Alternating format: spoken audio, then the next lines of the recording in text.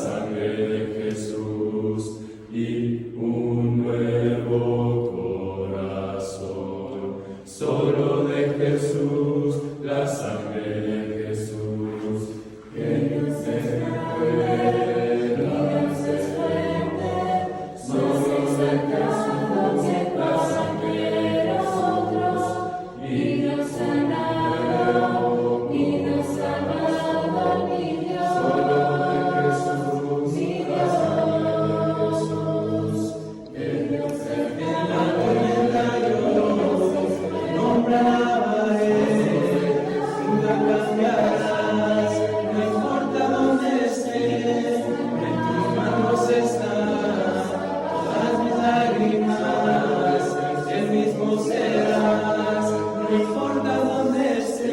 Que tu espíritu me guíe sin fronteras, más allá de las barreras, cada vez que me llames, tú me llevas más allá de lo soñado, y no dejas confiarnos y dejarnos, que tu espíritu me guíe sin fronteras, más allá de las barreras, cada vez que me llames, tú me llevas más allá de lo soñado, y no dejas confiarnos y que tu espíritu me guíe sin fronteras, más allá de las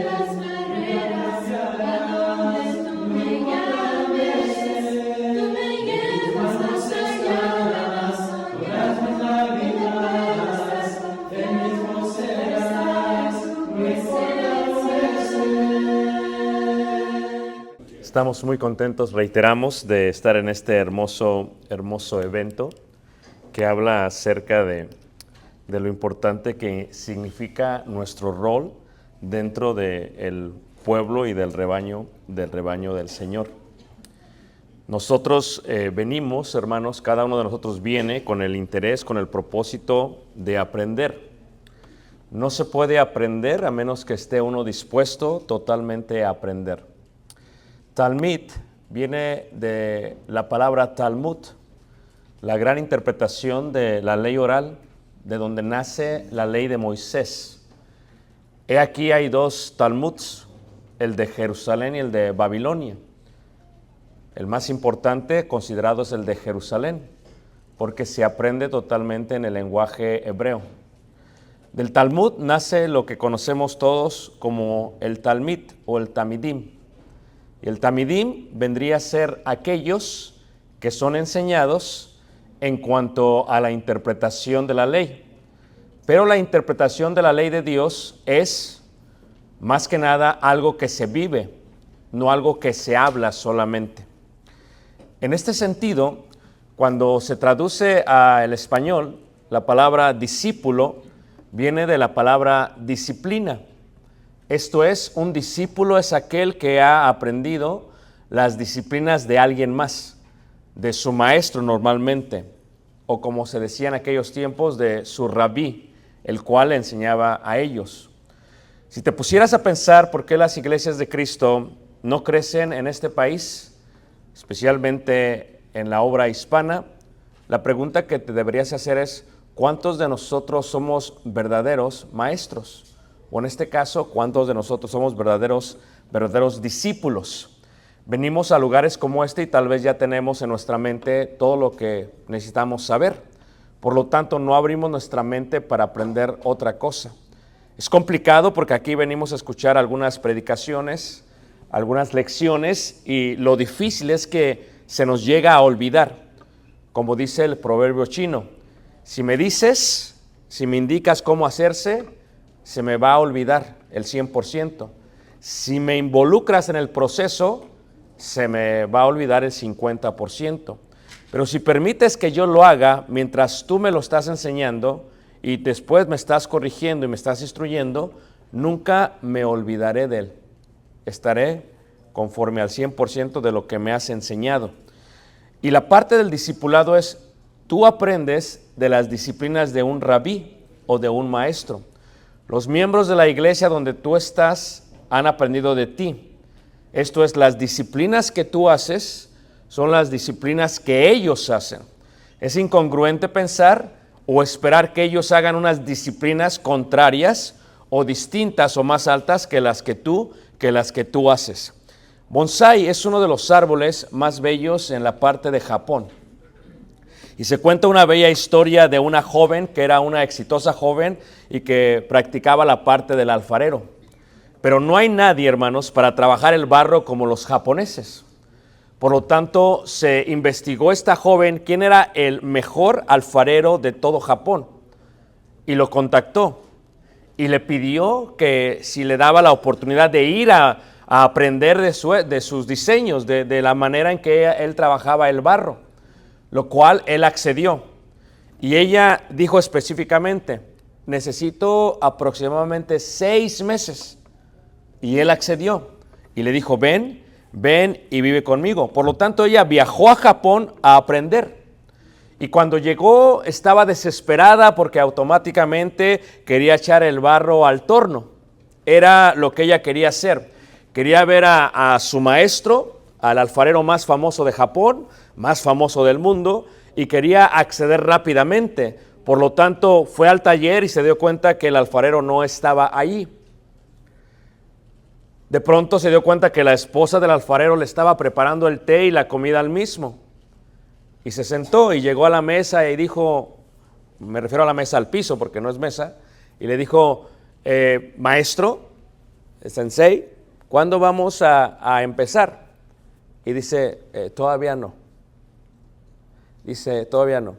Entonces dice, necesito que me sigas. Y el alfarero fue y salió y empezó a sembrar, hizo todas sus rutinas. Pasó un día, pasó una semana, pasó un mes, y ella nunca pudo ver el barro sobre el torno. Y entonces ella pensó que estaba perdiendo totalmente el tiempo, porque 6 meses no pudo hacer nada. Y se fue muy frustrada de ahí. Literalmente, la esposa del alfarero le dijo, ya has aprendido lo suficiente para hacer. Y ella le gritó, ¿cómo puedes decir que ya he aprendido? Si ni siquiera he visto el torno rodando o al alfarero tocando el barro. Nunca dejó que yo lo hiciera, nunca dejó que le mostrase mis técnicas. ¿Cómo puedes decir que ya aprendí? Y se fue muy triste.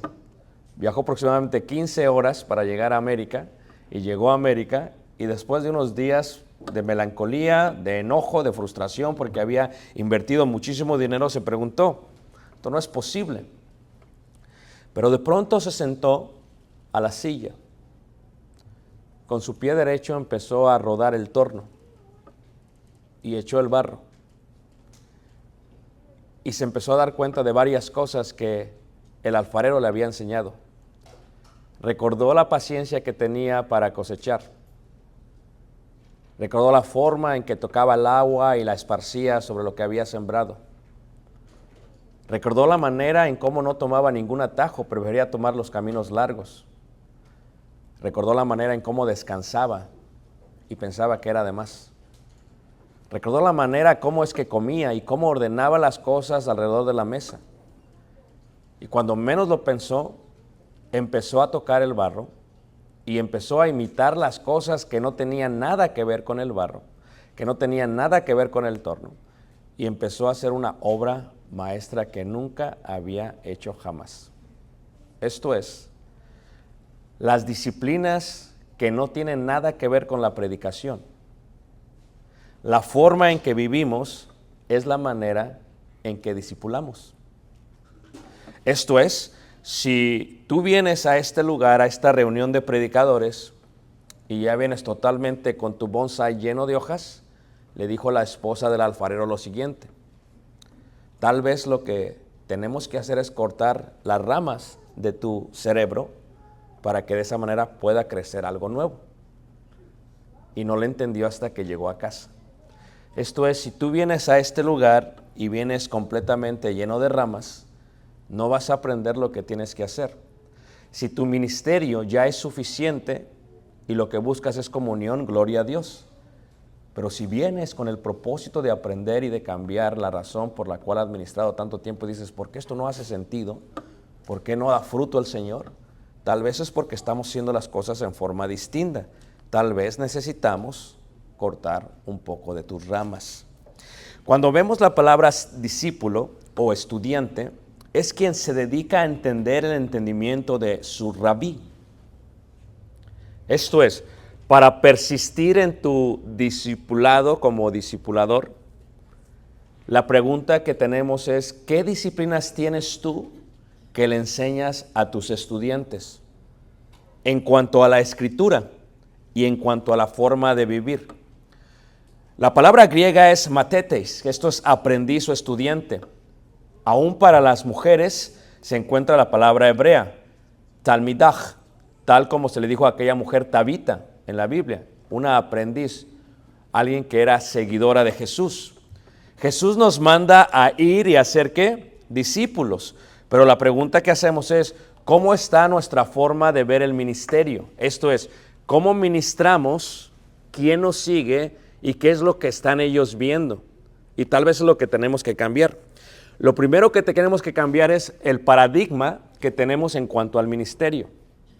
No se puede hacer discípulos en el auditorio. Repito, no podemos hacer discípulos en el auditorio.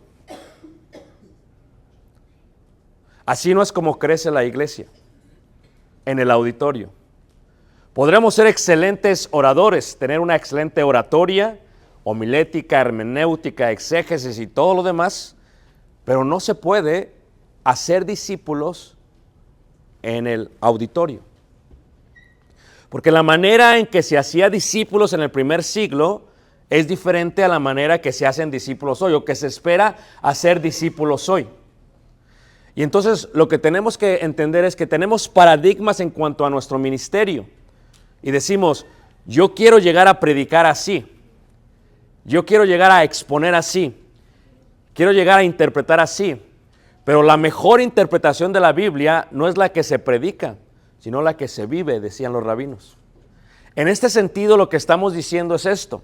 La gente que nos ve predicar. Pero la pregunta es si la gente que nos ve las disciplinas de Jesús en nosotros.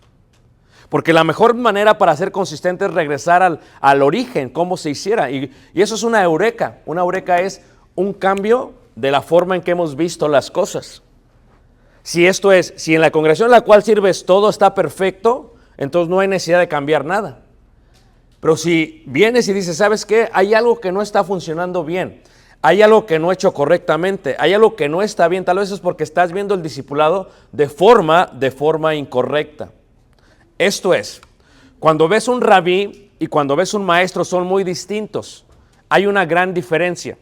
En este caso, el rabí tiene un salón. En este caso, el maestro tiene un salón. El maestro da clases, da lecciones. En este caso, el maestro da de su tiempo. En este caso, el maestro es maestro y los estudiantes son estudiantes. Nunca fue así en el primer siglo. No es así en la iglesia. Por eso tenemos muchas congregaciones con excelentes sermones, pero pocas congregaciones que practican la doctrina del Señor. Esto es, no solamente se trata de oír, sino también de ¿qué? De hacer. Entre los hebreos entendían esta diferencia. Esto es, ellos oír no era solamente oír las ondas del aire. Para ellos oír era lo que se entendía como el Shema. ¿Y qué es el Shema? Es más, está en Deuteronomio 6, 4 y 5. Oye Israel, oye Shema. Shema Israel, Adonai Eloheinu, Adonai Echad. ¿Qué significa? Oír es no solamente oigo, sino hago. El que no hace, no oyó. Y lo que tenemos nosotros son auditorios, donde solamente la gente va ¿a qué? A oír. Y ese es el paradigma que tenemos que cambiar. Los discípulos no se hacen, hermanos, en el auditorio, sino afuera del auditorio. Si ves a los rabinos o a nuestro rabí en el primer siglo, ¿qué hacían? Él decía, ven y sígueme. No decía, ven y nos vemos de 9:30 a 11:30 y luego regresas a las 3 y te vas a las 4 y el miércoles vienes de 7 a 8. ¿Sí ve la diferencia? Es más, los discípulos son distintos. Los discípulos seguían al maestro. En este contexto, ven y sígueme. Los discípulos viajaban. Nadie sabe la frustración hasta que viaja con alguien más. En la iglesia todo hermoso porque se ven 2 horas. El mejor espectáculo, excelente predicador. Pero cuando viajas con alguien, te frustra, te desespera lo desorganizados que son, lo tarde que llegan al carro cuando tienen que salir, y entonces te das cuenta de quiénes son. He aquí, el aprendiz estaba aprendiendo del maestro de esta manera, cómo se levantaba, cómo caminaba. Son disciplinas que tienen que ver con tu producto final. Esto es, viajaban con él. Ven y sígueme, viaja conmigo. Ven y ve, observa cómo vivo yo. Entra a mi casa, come conmigo, cocina conmigo. Óyeme roncar, en pocas palabras. O sea, quiero mostrarte cómo voy al baño, quiero mostrarte qué es lo que hago en el secreto, quiero darte mi vida pública. Eso era antes un rabí, alguien que enseñaba, y eso se ha cambiado en las iglesias en una forma totalmente occidental. ¿Cómo? Se ha cambiado de la manera en que ven y escucha, y queremos que la iglesia crezca, y no va a crecer así, hermanos.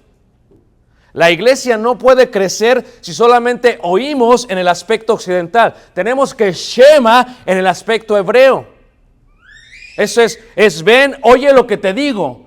Pero es más hermoso ejemplo, ven y mira lo que dice el Señor que hagamos. ¿Sí ves la diferencia? Entonces en este contexto hay una gran diferencia entre vivir, porque es más fácil imitar que oír.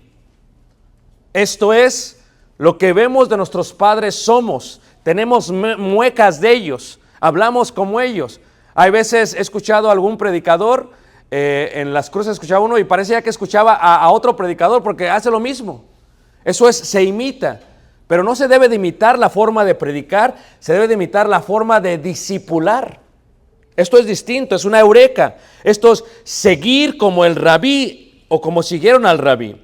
Uno de los grandes ejemplos que tenemos en la Biblia es Primera de Reyes 19 al 21, Elías y Eliseo. Esto es algo muy importante. Para ser constantes o consistentes, no se trata de cantidad, sino de calidad. Repito, no se trata de tener una audiencia grande, un auditorio grande con 200. El discipulado no se hace así. Se hace 1 a 1 o tal vez 1 a 12 y después los 12 lo siguen haciendo. Y esa es la eureka que tenemos que cambiar. Tú dedícale tiempo a 1, a 2, a 10 en la congregación. Y si ellos ven tus disciplinas y aprenden tus disciplinas, van a ser obras de barro increíbles. Porque estamos lidiando con barro, pues el hombre está hecho del polvo de la tierra.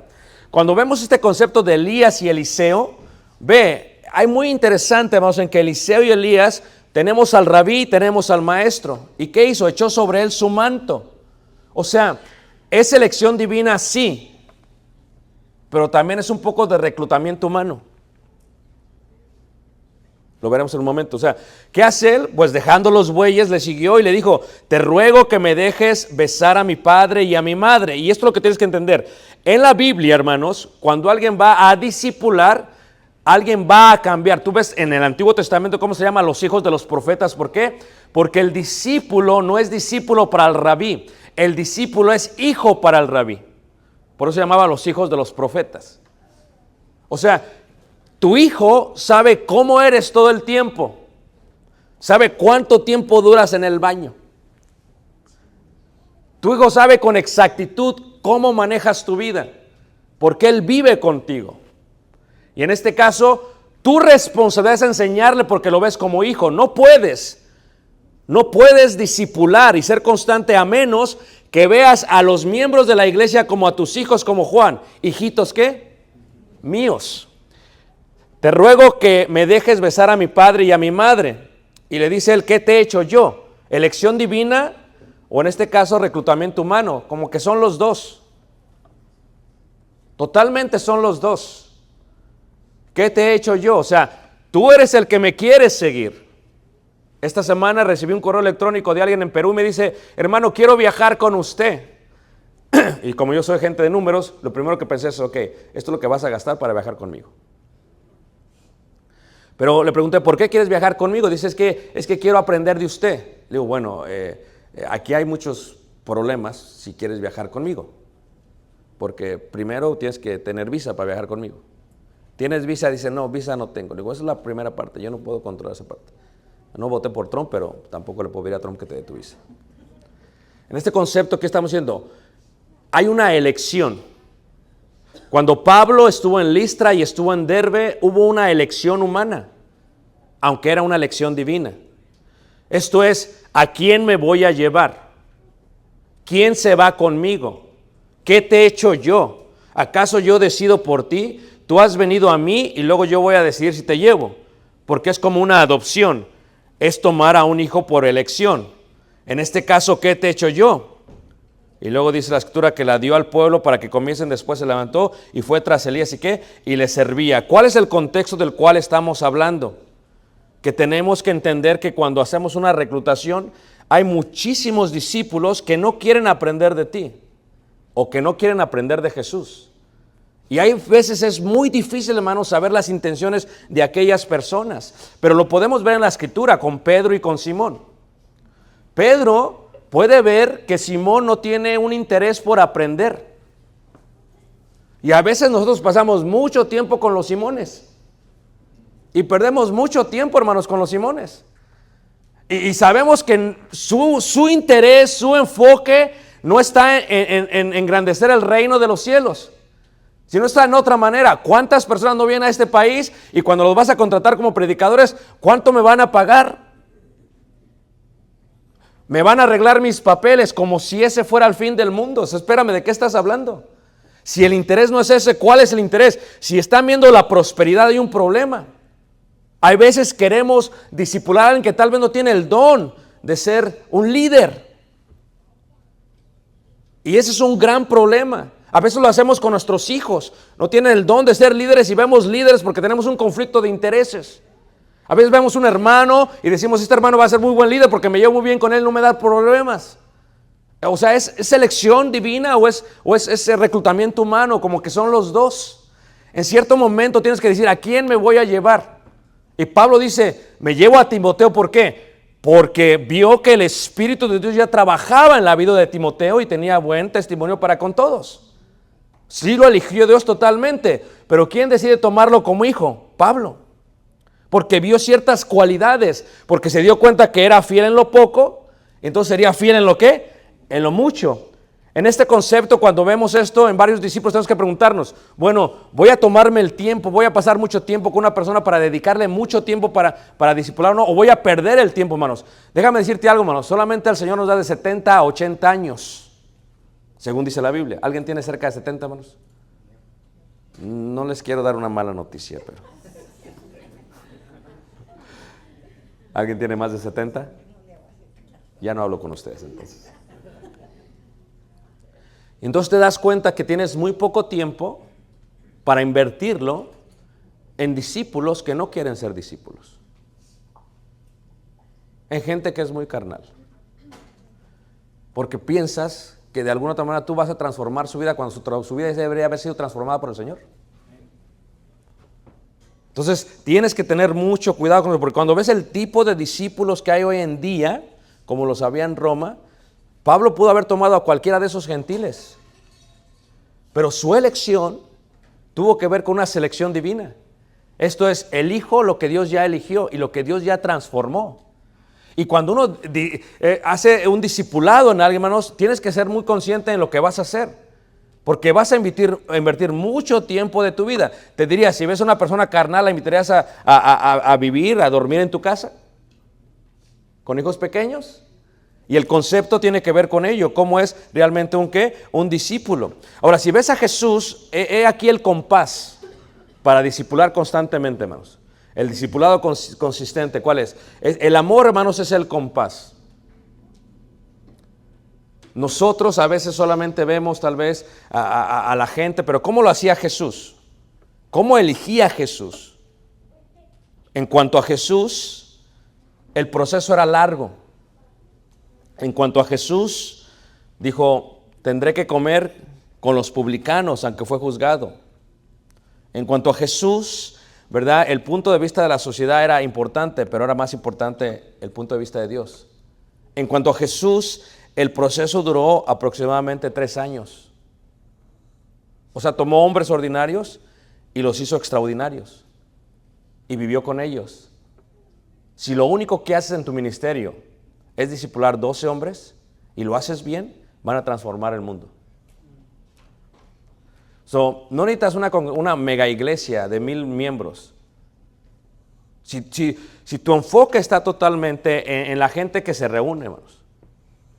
No es que tenemos 120. Me gusta. Vamos, ¿cuántos se reúnen? Dice, bueno, el domingo en la mañana o en la tarde. Digo, no, el miércoles. El miércoles, tantos. Porque tu enfoque está en el número, no en la calidad. Y la calidad es más importante que el número. Y cuando Dios elige a alguien transformado, tú decides tomarlo como hijo, le tienes que dedicar tiempo.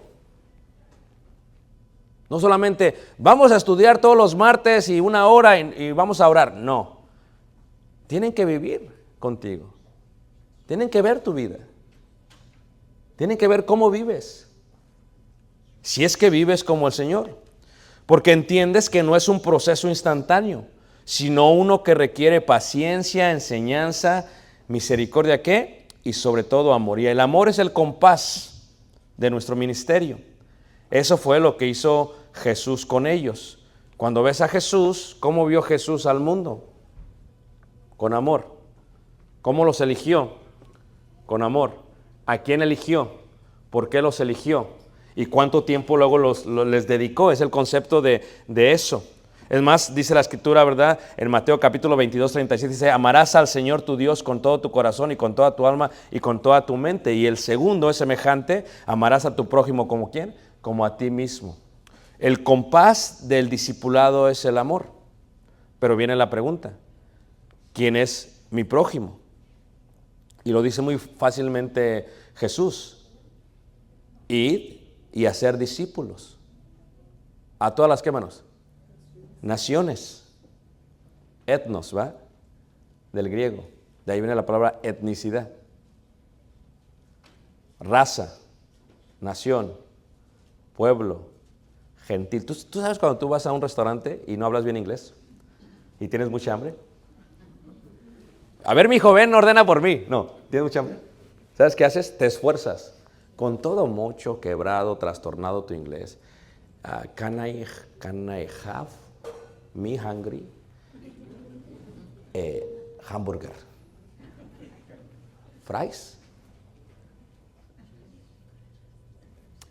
Por el hambre. Pero cuando pensamos en discípulos, a veces el amor no es el compás.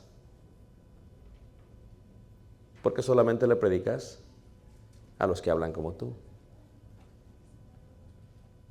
A los que son como tú. Sí servimos a una obra hispana,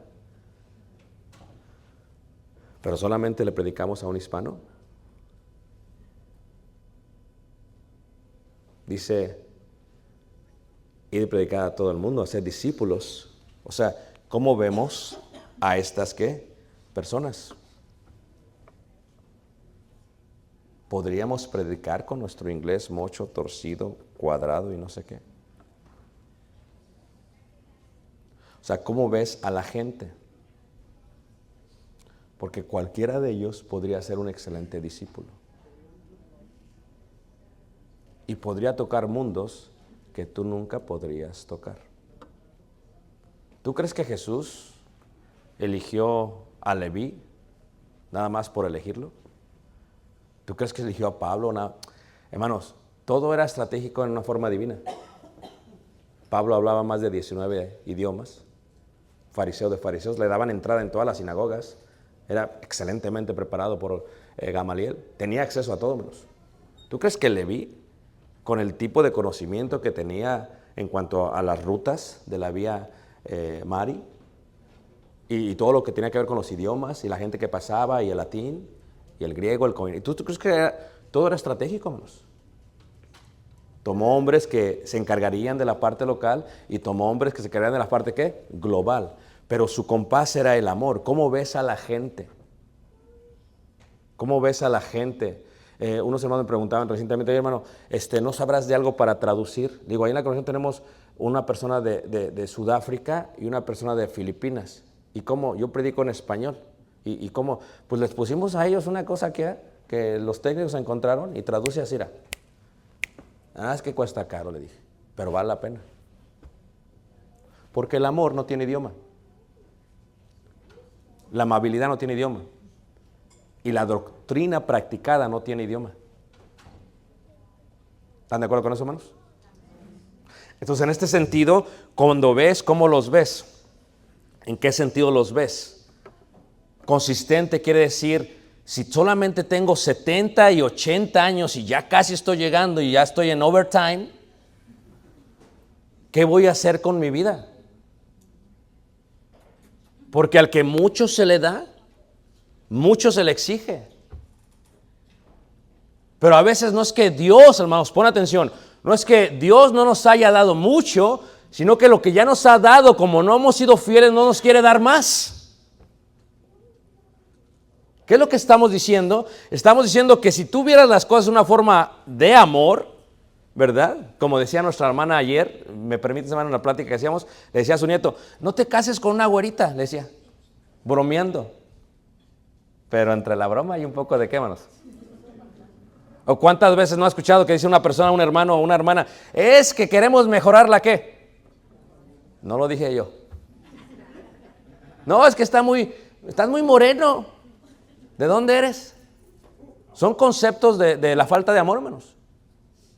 Y a veces le tenemos miedo a los que realmente podrían ser excelentes discípulos. Gente que nos da miedo.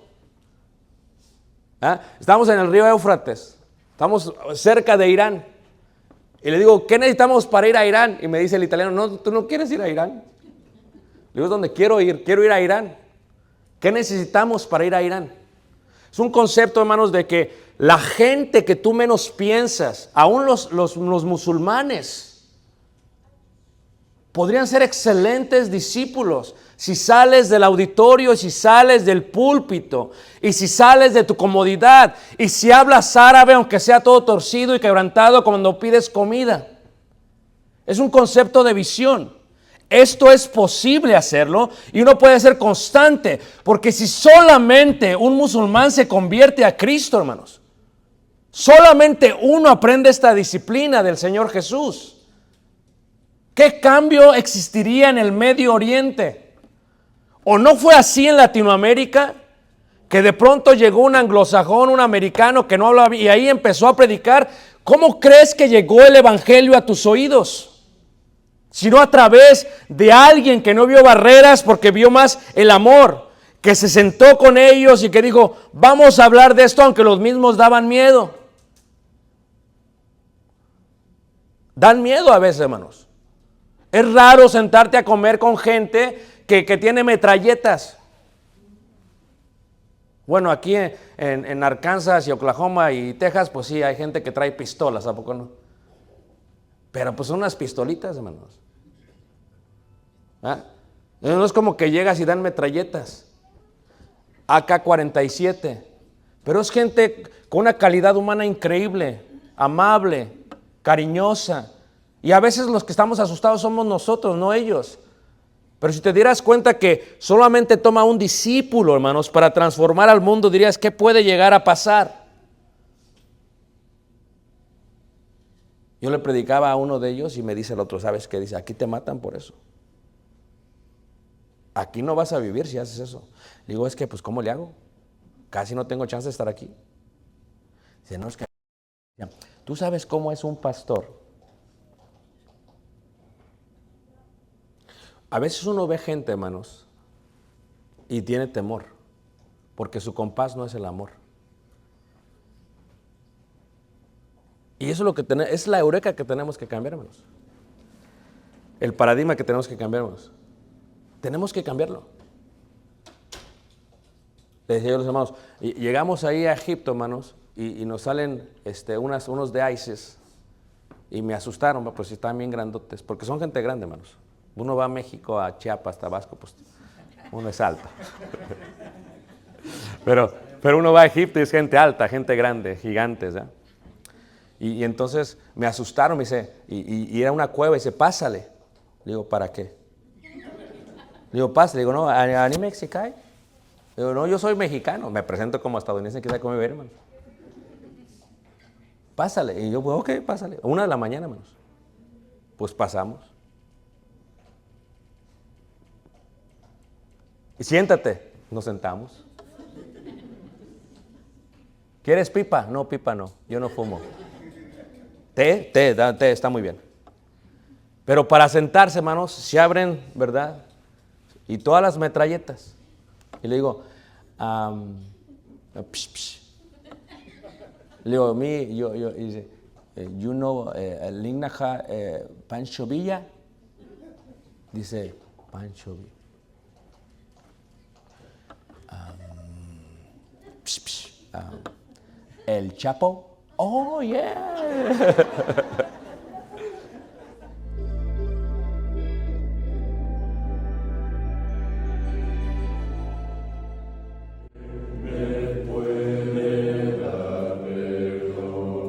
Solo de Jesús, la sangre de Jesús y un nuevo corazón. Solo de Jesús, la sangre